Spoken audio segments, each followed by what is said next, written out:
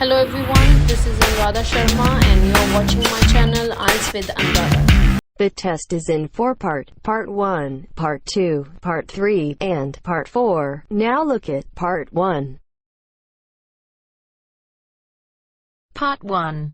You will hear a woman asking for information over the phone. First, you have some time to look at questions 1 to 5.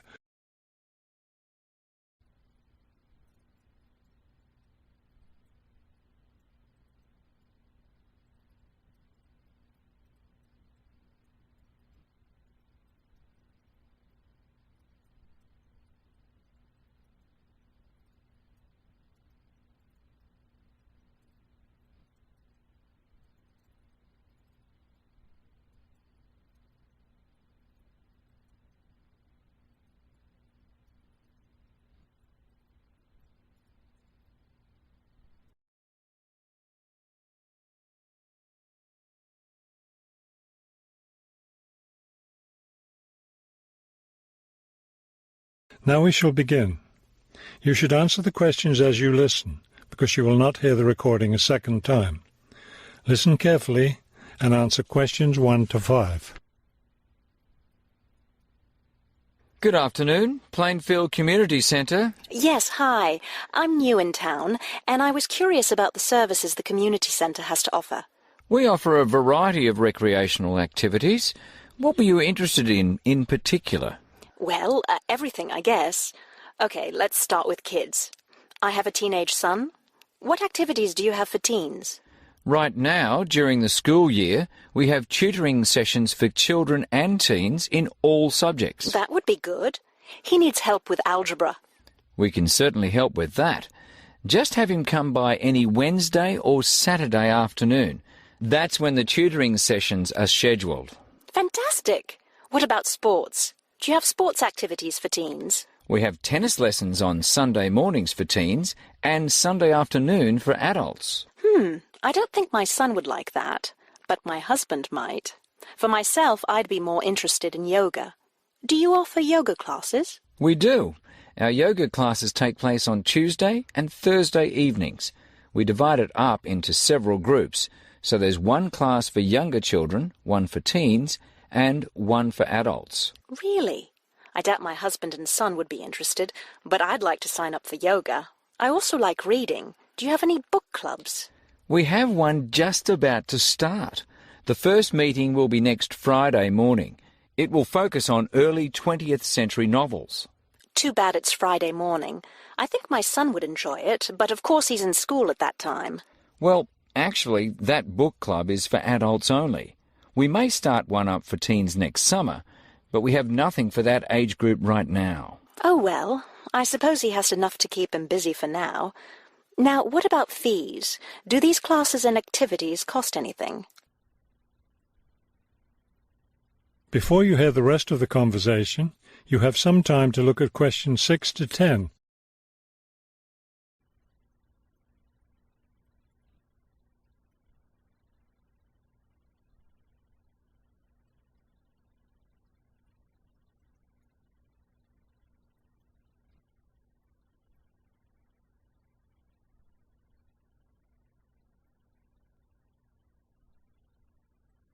Now listen and answer questions 6 to 10.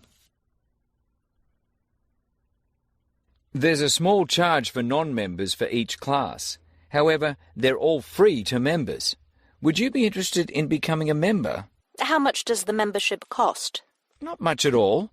The yearly fee is $75 for individuals and $225 for families. What do I get with the membership? You get free access to all classes and activities. And you can use our facilities like the tennis court, the exercise room and the meeting room. It's not a bad deal, really. Could you tell me exactly where the centre is located? It's at 107 Elliott Street. Is that Elliott with 2 L's or 1 L? 1 L.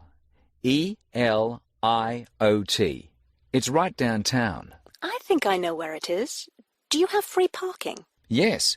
You can park just across the street. There's a garage there. That sounds easy enough. Maybe I'll come in one day next week and sign up for some classes. That would be fine. But don't come on Monday because we're closed that day. We're open Tuesday through Sunday. Oh, thanks for telling me. Maybe I'll stop in on Tuesday then. Can I pay for the classes with a personal cheque? We accept cheques and credit cards. Okay, thank you very much. You've been very helpful. That is the end of part 1. You now have half a minute to check your answers.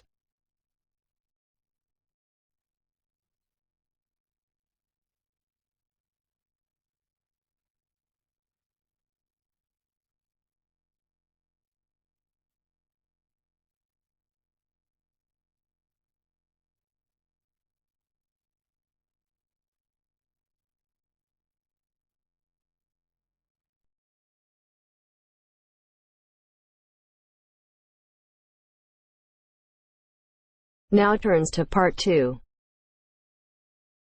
Part 2.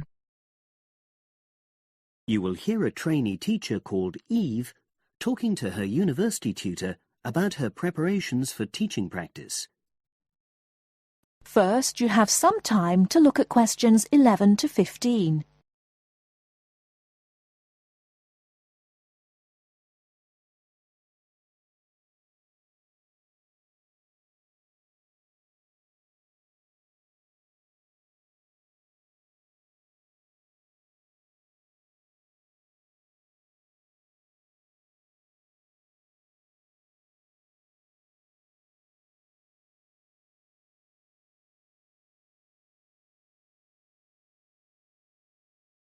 Now, listen carefully and answer questions 11 to 15.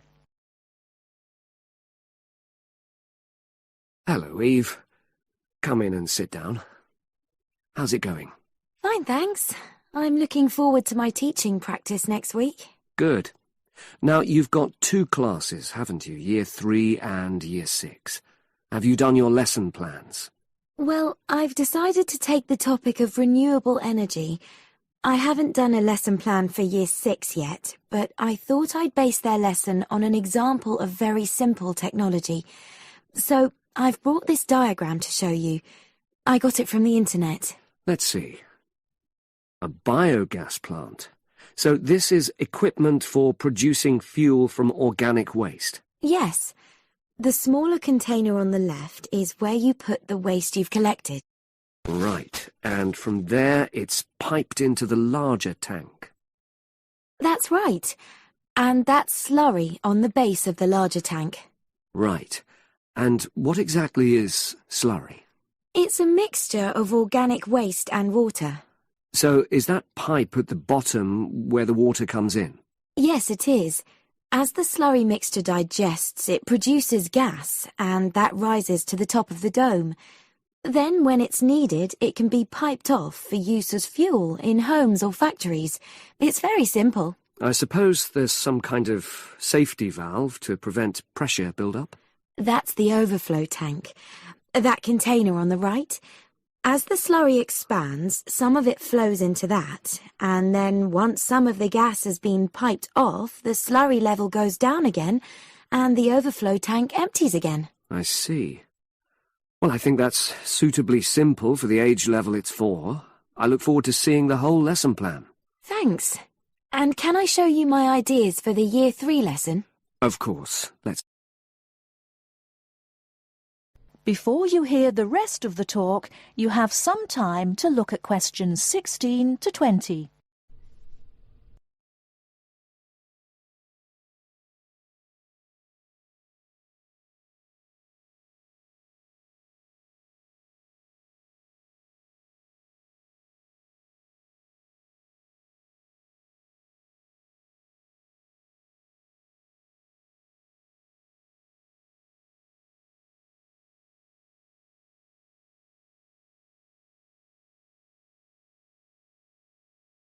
Now listen and answer questions 16 to 20.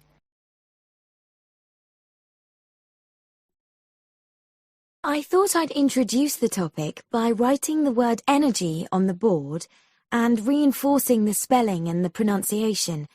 Then I'll do a little mime, run on the spot or something, to convey the sense. I'd keep it brief at this stage. Yes, I will. Then I'll wipe the word off and write the question, where does energy come from? And see what the pupils come up with. Fine. I'd suggest that you just brainstorm at this stage and don't reject any of their suggestions. Yes, that's what I was going to do. Then I've produced a set of simple statements like, energy makes cars move along the road, and energy makes our bodies grow. There are 8 altogether. Are you going to give them out as a handout or write them up on the board? First, them up on the board, and then I'll read them out loud. And I'll get the pupils to copy them out in their notebooks. I'll also ask them to think up one more similar statement by themselves and add it to the list. Good idea. After that, I thought I'd vary things a bit by sticking some pictures up of things like the sun and plants and food and petrol and a running child. And I'll get the pupils to work out what order the pictures should come in terms of the energy chain. I think that's a very good idea. You could move the pictures around as the pupils give you directions. Yes, I think they'd enjoy that. And to finish off, I've made a gap fill exercise to give out. They'll be doing that individually, and while they're writing, I'll walk round and check their work. Good. And have you worked out the timing of all that? It'll probably take you right through to the end of the lesson. That is the end of part 2. You now have half a minute to check your answers.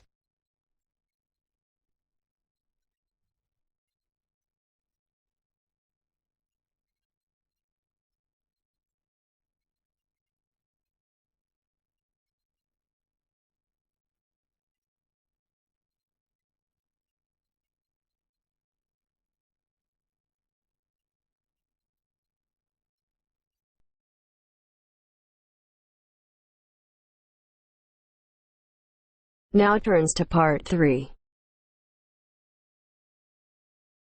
Part 3. First, you have some time to look at questions 21 to 26.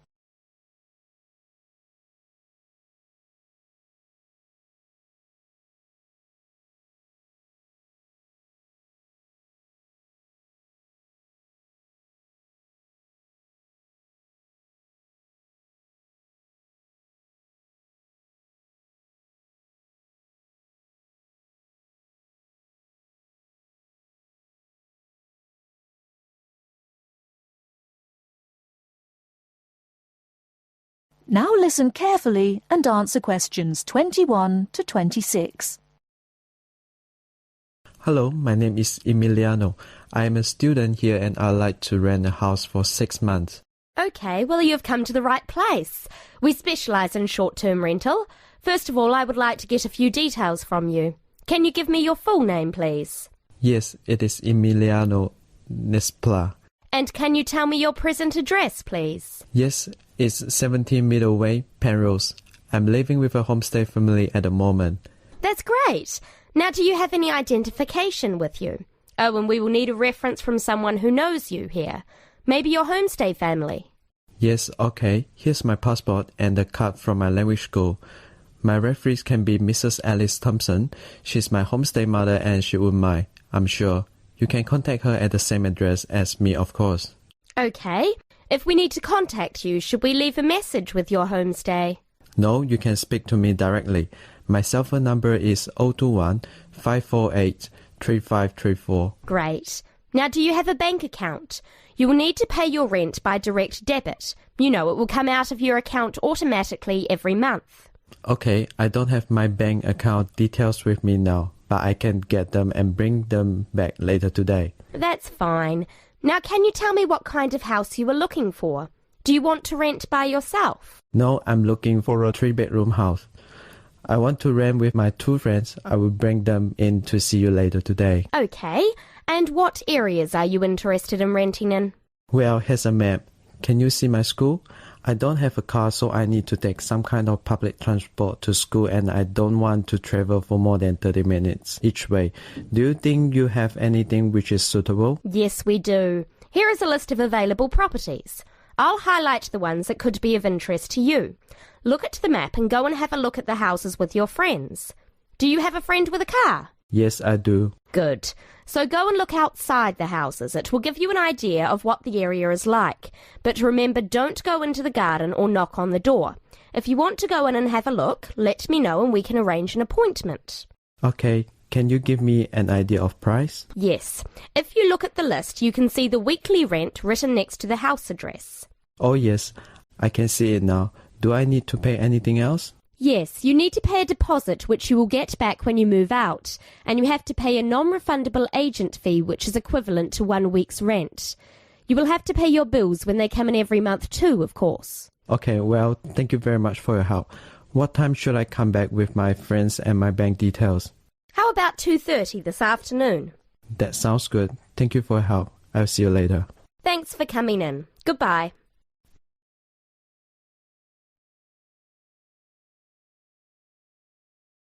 Before you hear the rest of the talk, you have some time to look at questions 27 to 30.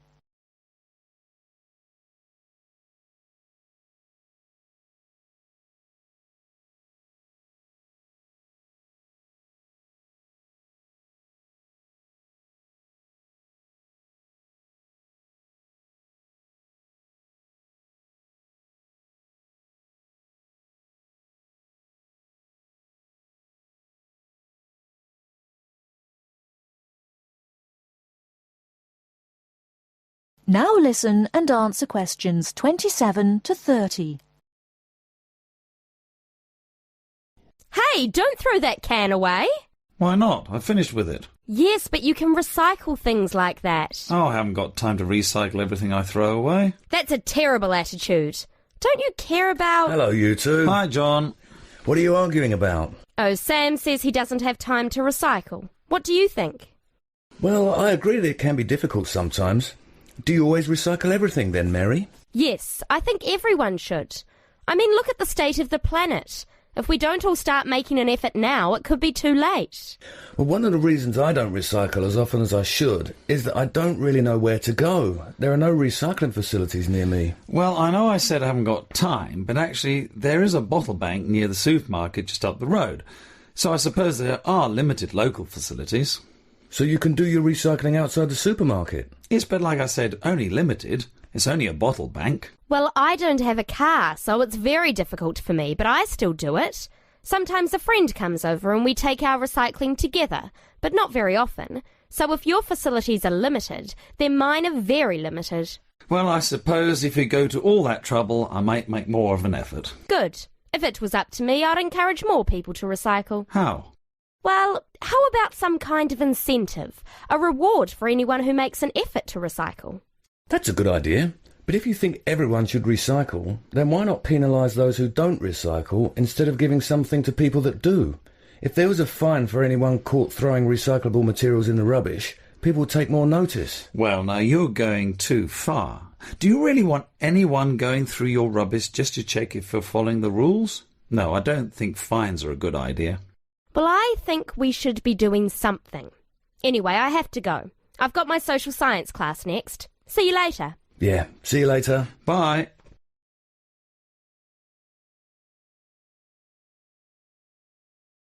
That is the end of part 3. You now have half a minute to check your answers.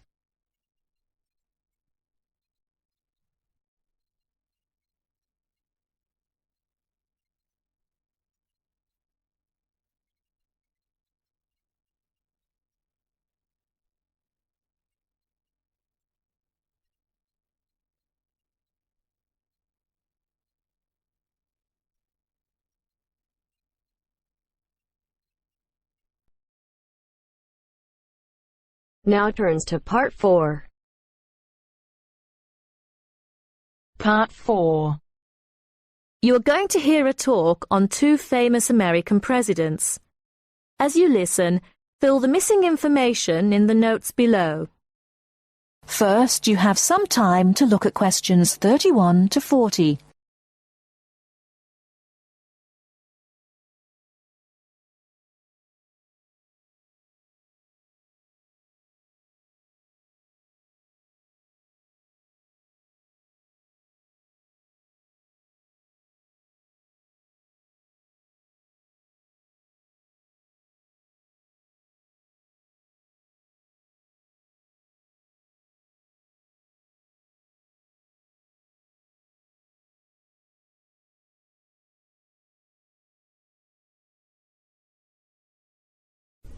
Now listen carefully and answer questions 31 to 40.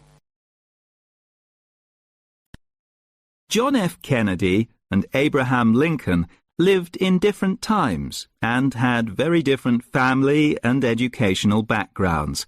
Kennedy lived in the 20th century, while Lincoln lived in the 19th century.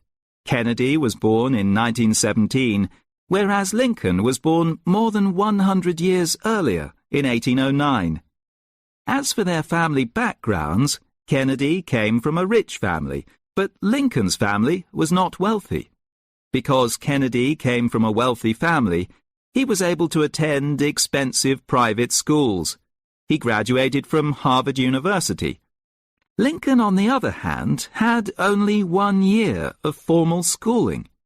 In spite of his lack of normal schooling, he became a well-known lawyer. He taught himself law by reading law books. Lincoln was, in other words, a self-educated man. In spite of these differences in Kennedy and Lincoln's backgrounds, some interesting similarities between the two men are evident.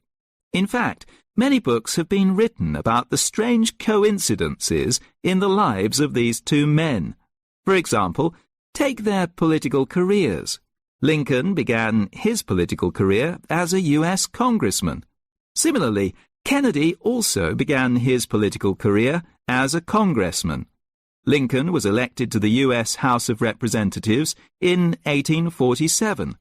Kennedy was elected to the House in 1947. They went to the Congress just 100 years apart. Another interesting coincidence is that each man was elected President of the United States in a year ending with the number 60. Lincoln was elected President in 1860, and Kennedy was elected in 1960. Furthermore, both men were president during years of civil unrest in the country. Lincoln was president during the American Civil War. During Kennedy's term of office, civil unrest took the form of civil rights demonstrations. Another striking similarity between the two men was that, as you probably know, neither lived to complete his term in office.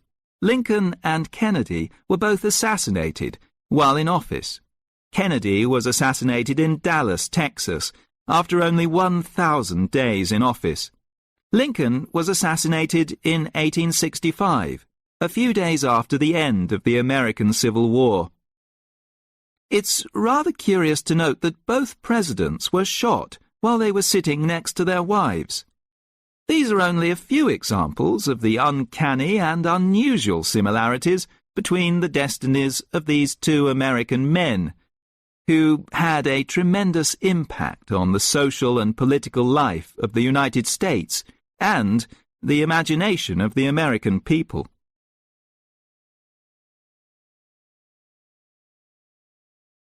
That is the end of section 4. You now have half a minute to check your answers.